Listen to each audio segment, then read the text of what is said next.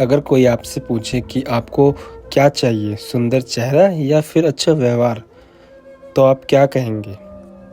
ये कहानी उसी के बारे में है।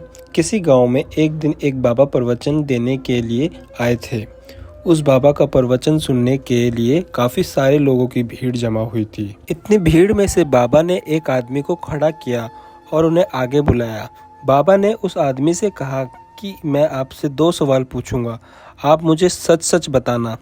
जो भी आप सोचते हो वैसा ही मुझे बताना। उस आदमी ने कहा, जी महाराज, मैं आपको सच ही बताऊंगा। उस बाबा ने उससे पहले सवाल ये पूछा कि अगर कोई सुंदर लड़की बाजार में आपको दिखे तो क्या आप उसे पलटकर देखेंगे? उस आदमी ने कहा, जी जरूर।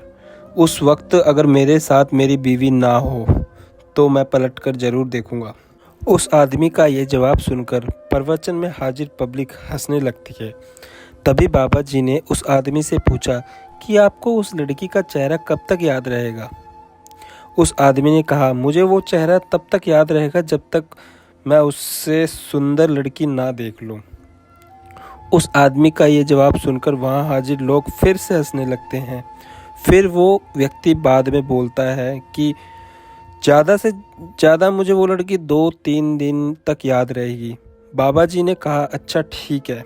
अब मेरा दूसरा सवाल आपसे ये है कि अगर मैं आपको एक उपहार दूं और मैं आपसे कहूं कि आपको ये उपहार दिल्ली में एक अमीर बिजनेसमैन रहता है, उसके घर तक पहुंचाना है, तो क्या आप मेरा ये काम करोगे? उस आदमी ने कहा, जी बिल्कुल, क्यों नहीं, जैसा आप कहो वैसा मैं करूँगा। तभी बाबा ने कहा, वहाँ उसके घर पर जाते हो, बाहर एक गार्ड आपके लिए खड़ा होगा। वो अंदर जाके अपने मालिक से आपके बारे में बताएगा। वो बिजनेसमैन अपने सब काम छोड़कर आपसे मिलने के लिए बाहर आएगा।